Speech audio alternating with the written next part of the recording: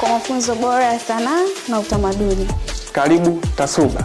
Kwa majina naitwa Voshna Bonaventure Mambo. Ni mwanafunzi wa chuo cha TASUBA. Elisha Amos Lusinde.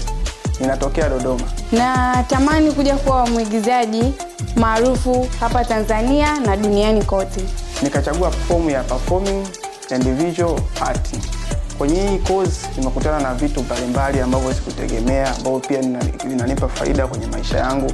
Nimekutana na fani ya uigizaji, fani ya kompyuta, nimekutana na fani ya uchoraji pia, lakini pia nimekutana na fani ya African dance ambayo inafundisha kujifunza asili ya muziki ya Kiafrika. Pia tunawakaribisha kuja kusomea katika chuo cha TASUBA. Kuna kozi ya Performing and Visual Arts. Pia kuna kozi ya Film and TV Production. Pia kuna kozi ya Music and Sound Production.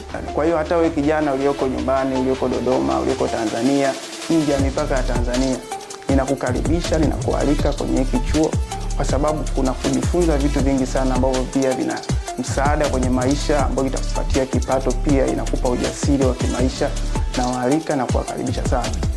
Tunawakaribisha sana TASUBA kwa mafunzo bora ya sanaa na utamaduni. Karibuni sana.